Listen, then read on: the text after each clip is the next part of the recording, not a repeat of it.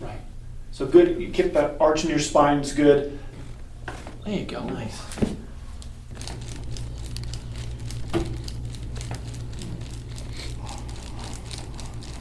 Exhale.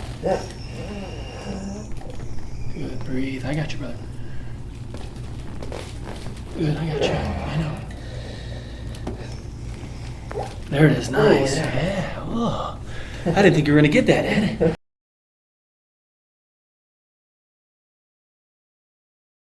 So when I go to the gym, I just lift about 6 days a week for about 2 to 2.5 hours. Okay. That long it lasts. When's the last time you went? Today. Today? Okay. Yep. Right. So good, you keep that arch in your spine is good. The main thing with, no matter what, when your thigh comes closer to your chest, the arch in your lower back is going to be somewhat reduced. Yes. And the large muscles of your torso, the trap, the lats, quadratus lumborum, and your diaphragm all attach at T12, kind of your middle back. And so with a lot of things, bench pressing, even bicep curls, presses, all of that, you're more efficient with a rigid chest. And so one of the important areas for the health of your spine is keeping that area not only, I know you want it for powerful, for the gym, but we want to keep it somewhat flexible also, because if we allow this area to be tight for a long period of time, the lower back ends up doing too much bending. Typically we're finding is everybody's aging their lower back at a faster rate. Yeah. And this is partly why we're supposed to, I'm sure you could teach, exhale through the, because what exhaling does is it actually releases and relaxes the diaphragm. So it forces a relaxation in your middle back. So you're not, increasing intra-abdominal pressure. You want to exhale as you're pushing. So the center of his shoulder, a little bit is that your shoulder should be a little bit more back is the normal position. So his shoulder is, because the pecs are stronger than your rhomboids, typically the pec is the dominant upper torso muscle, so typically you're here, and it doesn't look like too much of a slouch, but the shoulder should be, look at me, Grayson, should be here. This is the center, and so, right, the center would be about there. That's where your shoulder should be. And then what happens is when the shoulder rounds forward, if the head's forward a little bit and the shoulders round forward, hey, it lines up, Ed, aren't you happy? Yeah. Well, not necessarily, because if the more forward the shoulder goes, the humerus starts to pivot on the anterior lip of the glenoid fossa, or the shoulder joint, and so the cartilage is thick in the middle, and the more forward your shoulder goes, there's a thinner amount of cartilage. You'll hear about things called labral tears or even rotator cuff tears. Both of those have to do with the alignment of the shoulder. And when the upper torso rounds forward, the humerus pivots on that front labrum. The tendon of the rotator cuff, so go ahead and turn around. This muscle, the rotator cuff, the main muscle is supraspinatus. It's up here at the superior angle of the scapula, and then the tendon attaches on the greater tubercle of the humerus. And the more forward the shoulder goes, do you see how that pulls that tight? If you let your shoulder come back, the distance between here and here is less. Round your shoulder forward, then it pulls that tighter. And so this rope or tendon is held tight when your shoulders round forward. And think of it like a rope. If you hold a rope tight, it's easy to cut it, right? But if it's loose, it's harder to cut the rope. Okay. So the alignment of your shoulder, even though, with the spinal column, there's less sensation on the front. So because the pecs are generally tighter than the back muscles, the shoulder being forward is going to cause the shoulder to typically age at a faster rate. Here's the front and back. The middle would be right about here. That should line up with his ear. So his ear hole with my left hand is the center of his shoulder, and then the external auditory meatus of his ear. So it's about an inch, maybe half inch forward from the side. Sometimes people will say, Ed, my back just feels tight all the time. And part of that is not just working out, but also if your alignment is here, it's perpetually tight. Take a deep breath in, head back for me. Let all the air out. Let it go. Deep breath in. Let the jaw relax open, no sound. Let the air out. There you go. Nice. Deep breath in. Let all the air out. Beautiful. Stay right there. Yeah, beautiful. All three levels smooth. The first two were a little quiet. I've adjusted you a couple days ago. So what happens is the more we're adjusted, the distance isn't as large. And that's actually better that you don't have these giant catastrophic sound clunks. The upper back was a little louder up here. That's sort of based on the distance. how far the bone is from its home position will determine how loud the click is. Take a deep breath in for me. Exhale and just twist. There we go. Good, deep breath in. Exhale. Beautiful. That's it. Exhale, yeah. Good. Face up. Good. Let me see here.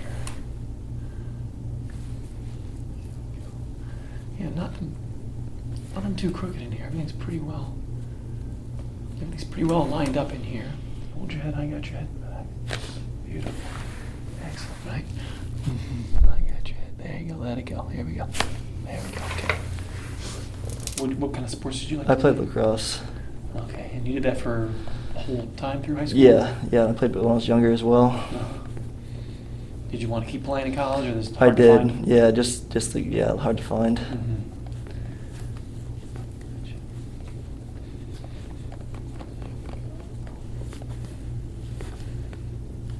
What position did you play? I played defense. Okay, I'm gonna pretend like I understand. Cross here. Okay. All right.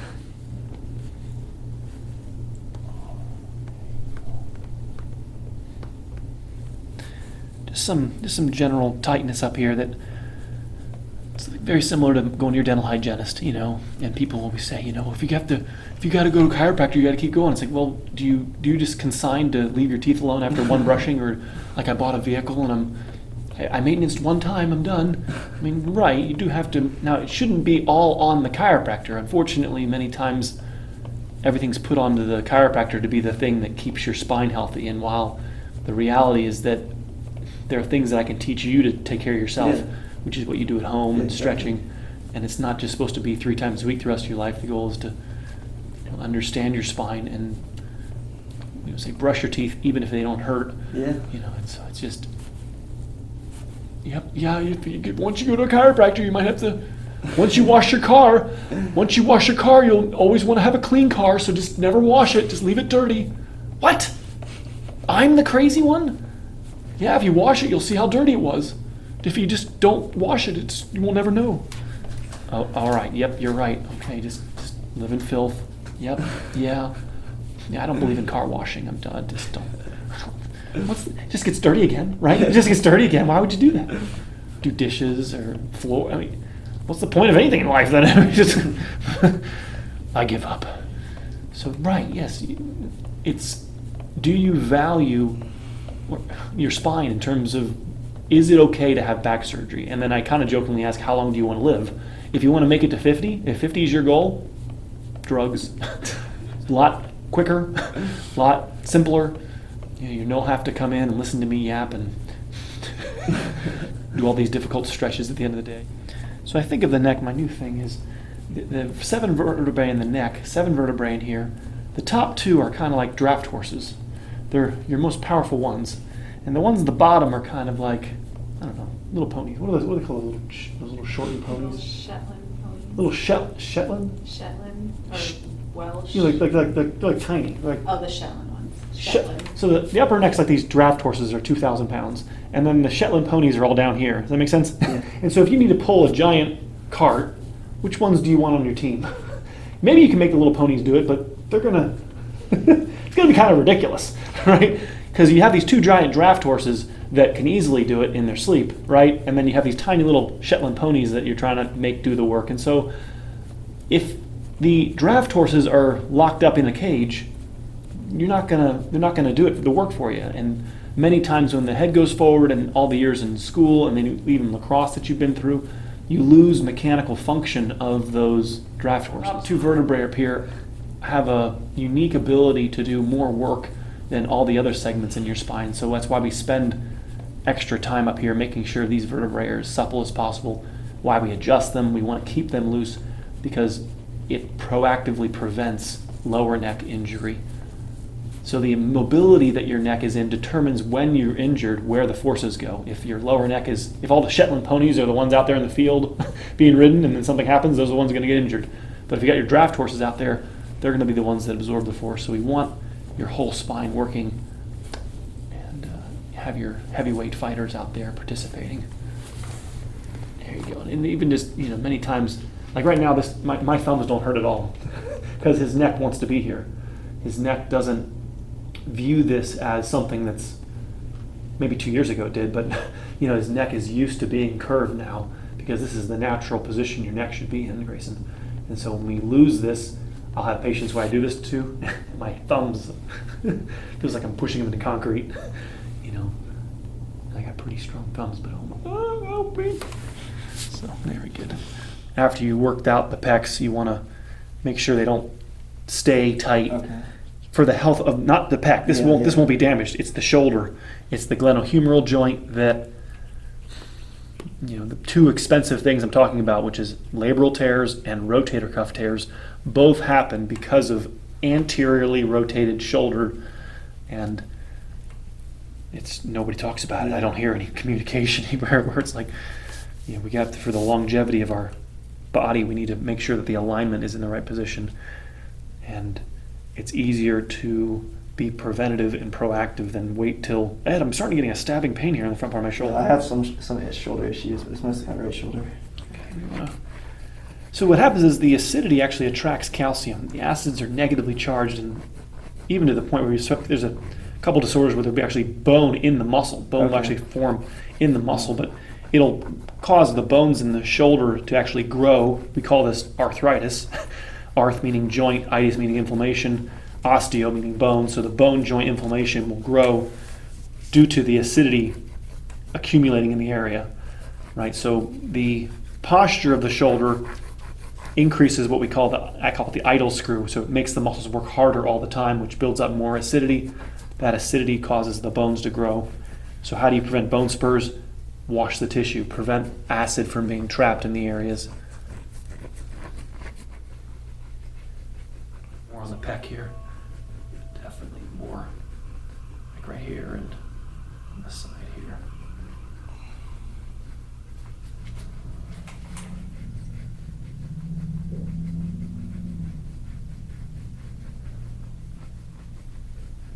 How does that feel? You all right? Yeah. Yeah, we've done this before. Yeah. No, it's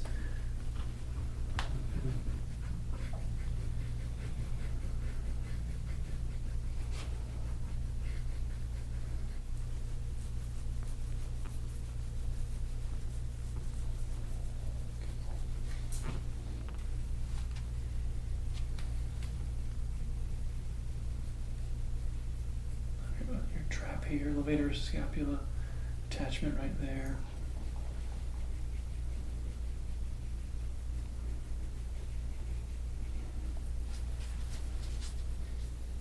Body's buried right there.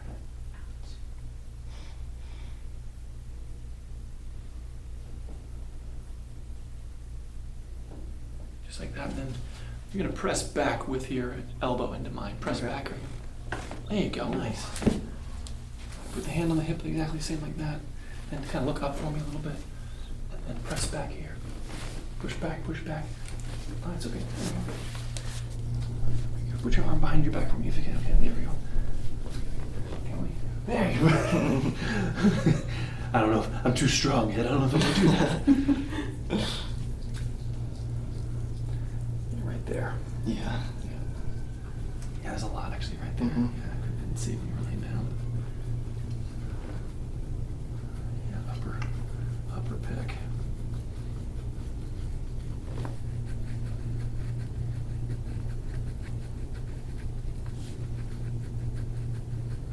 Okay. All right, awesome. So, right here's the most elevated part. What that generally means is that this part of your back's going to be a little tighter. It's more misaligned, which then we overwork the right lower. And this is where we're going to age too quickly if we allow this to remain tight up here. So we'll get to that in a second.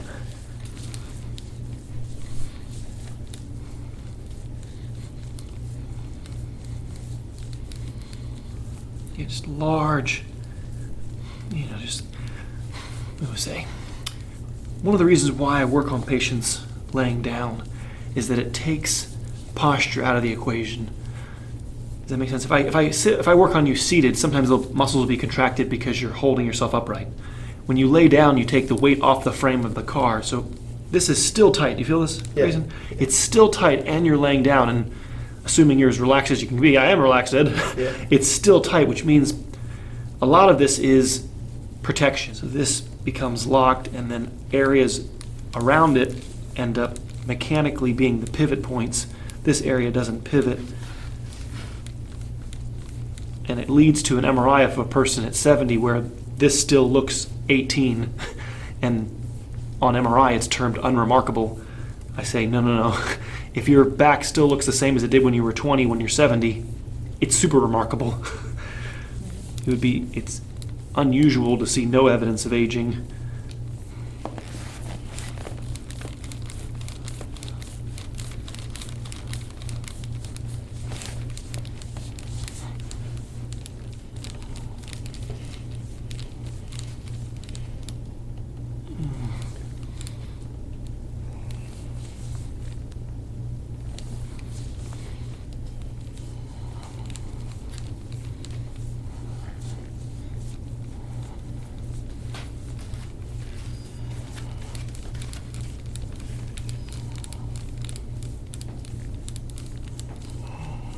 Take a break. Feel the difference, Grayson? Oh yeah, for They're just sure. about twice as big in Oh, terms yeah. of the tightness on this side. Oh, right there.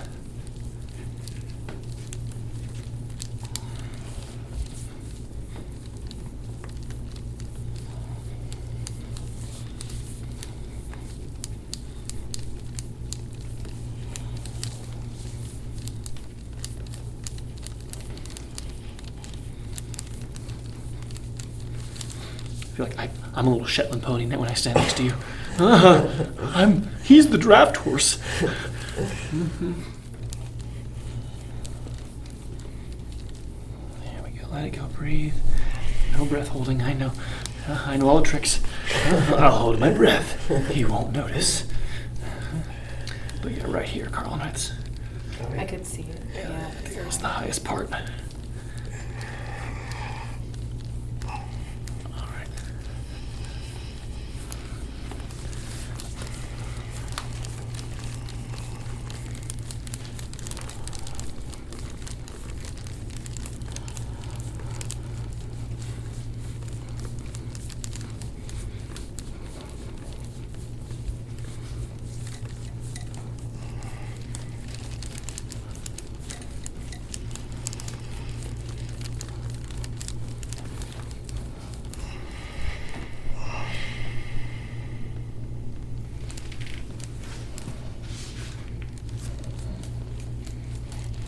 Nice, yeah, let it go.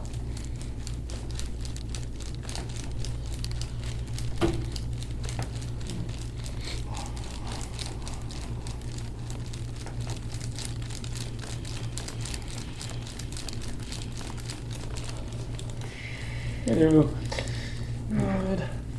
I thought he wasn't gonna see it.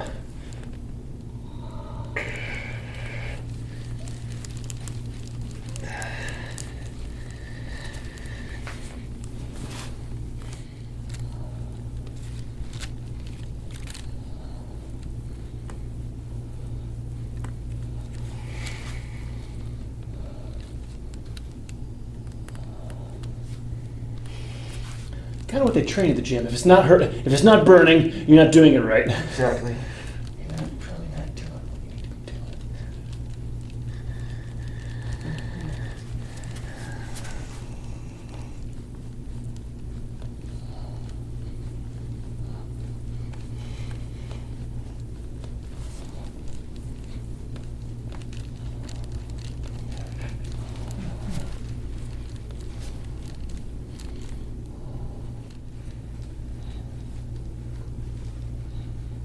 So I worked on it a few days ago, and so a lot of the spinal inflammation is not there because we've kept this pretty clean, the stretching, and so then as we go out, we can find areas that they're kind of think of them as accessory areas or ancillary areas that get dirty. This is more all the roots of your arm all anchor into here, and so this is the.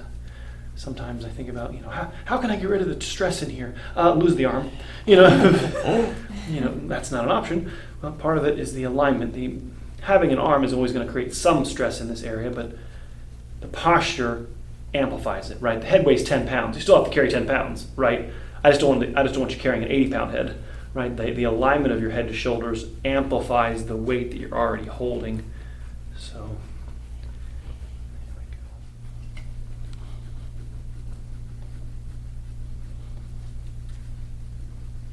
we go. Real quick, it's popping up around here.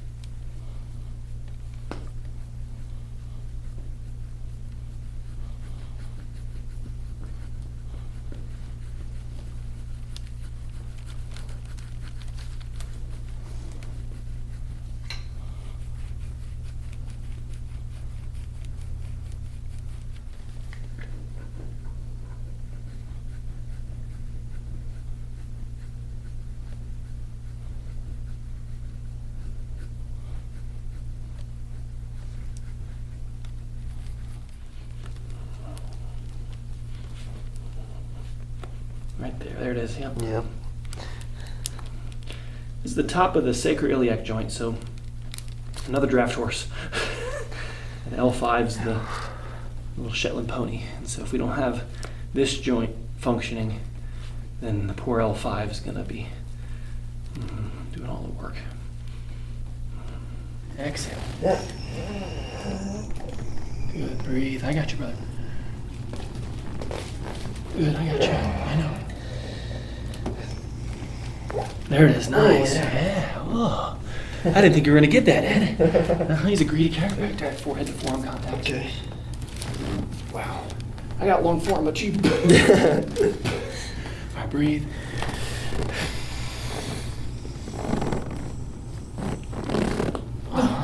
Okay.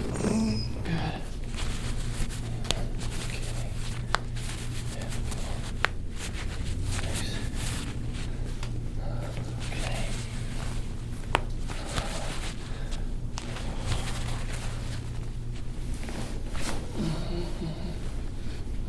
Okay. Okay, all right.